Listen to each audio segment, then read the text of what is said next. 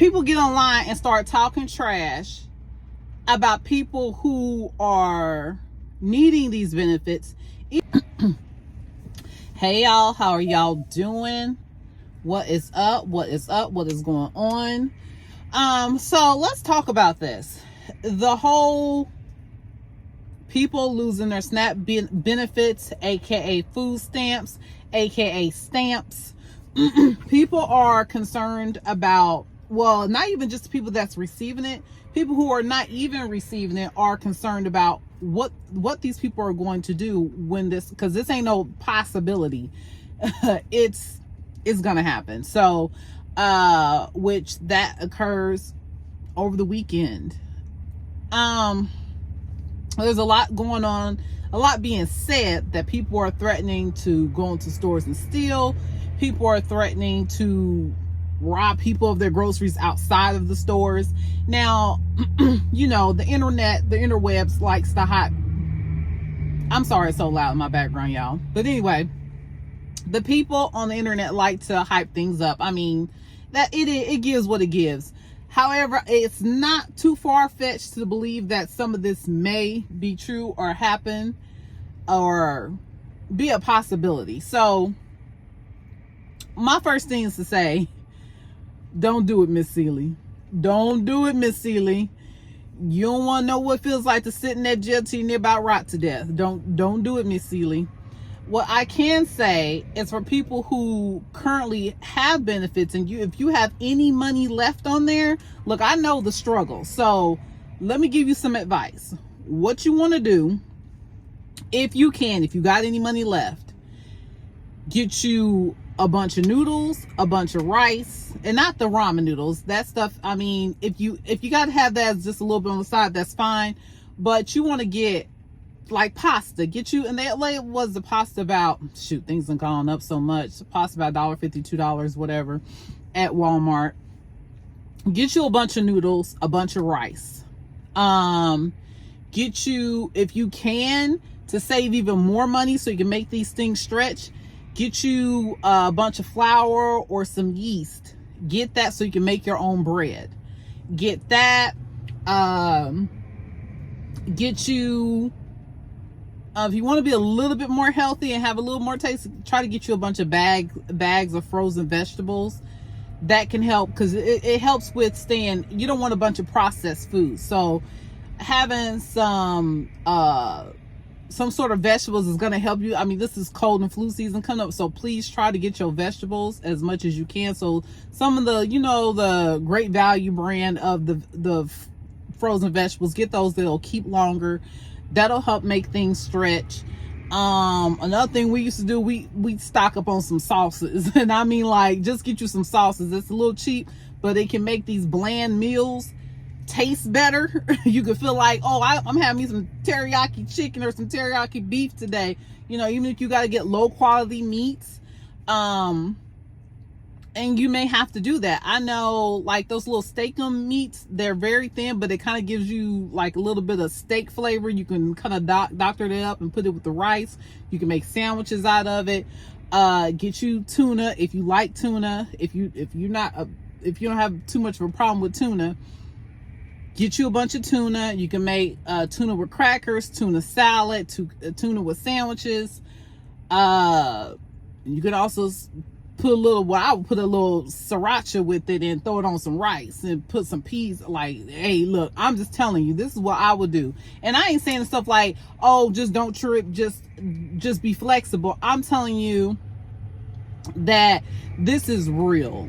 And the idea of just spazzing out and doing crazy stuff, it ain't gonna work out well for you. It's not. And I'm not even saying that, because I know I'm black, and I'm mostly speaking to my black people, but I'm talking to everybody. But most people, they thinking that I'm just speaking to tell them, because I know other black people gonna go crazy and go start stealing and robbing. That ain't true. That ain't. Most black people, I ain't even got to tell them this. They already know what to do. We've been through this several rounds, several generations. Most of us know we ain't gotta do all that to get by. So I'm talking to my black people. I'm talking to them like, hey, don't stress. try not to stress. That's easier said than done. Try not to stress. Try to use what you have and make it stretch as much as possible. What else did I used to do? And I'm not above doing that. Oh, I feel like this is a little bit of a luxury, and only reason why I don't eat it more often because I know it's not the healthiest thing. But I don't mind some bologna and cheese sandwich, some fried bologna. I feel like that's a little bit of luxury. In a big bag of like Doritos or Lay's plain chips, honey, it's a lot of sodium. A lot of sodium, but it's good. So if you get tired of eating the dry chicken sandwiches and chicken this, chicken that, spice it up with a little salami, honey. But that's the things I would do that can make stretch. I would definitely do flour and yeast to make that stuff stretch. And you can even, you can end up making plenty of pancakes. The only thing you have to probably try to come up with the money with over time is constantly buying eggs and milk and things like that. But definitely stay up on your pasta. Get your pasta, get your rice, get a bunch of meats. Now you won't be able to get steaks. You may not be able to get chicken breasts, but you can get chicken thighs or chicken leg quarters. Those are very cheap, and you can make those work. So this is things I've done, and I'm not coming to you all with the idea, well, just figure it out, because that ain't easy. This is very disruptive. Okay, this is very disruptive to a lot of people's just livelihoods. And I know a lot of people criticize, all these people been on this stuff for too long, they shouldn't be dependent on. Some people got to, so kill that noise. Some people got to be on this stuff. And I'm coming to you all to say, like, hey, if you got anything left on your food stamps, or if you have any family members that's willing to give you $100 or something, this is how, if I were in your shoes, how I would apply it to kind of make it stretch a little bit. And like I said, I'm fortunate to have a job where I can take care of my family. I'm fortunate that these jobs and these situations ain't guaranteed for none of us. I can go home this weekend and get a call or see an email on Monday saying they do not need me to return. Be clear. So I ain't coming into y'all like, oh, just figure it out, you gonna be all right. I ain't coming to you like that at all. Be clear. I'm not coming to you like that at all. What I'm saying is, try not to put yourself in a worse situation, because your emotions run high. You start to feel stressed. You start to feel a lot of anxiety. There's a lot of talk and mess going on. And I don't feel like this is something that's just going to blow over. So my heart and concerns is going out to all of my people, white, black, Hispanic, whatever your color. My concern is going out because it's, in the country that we live in, there's no reason why we can't feed our people.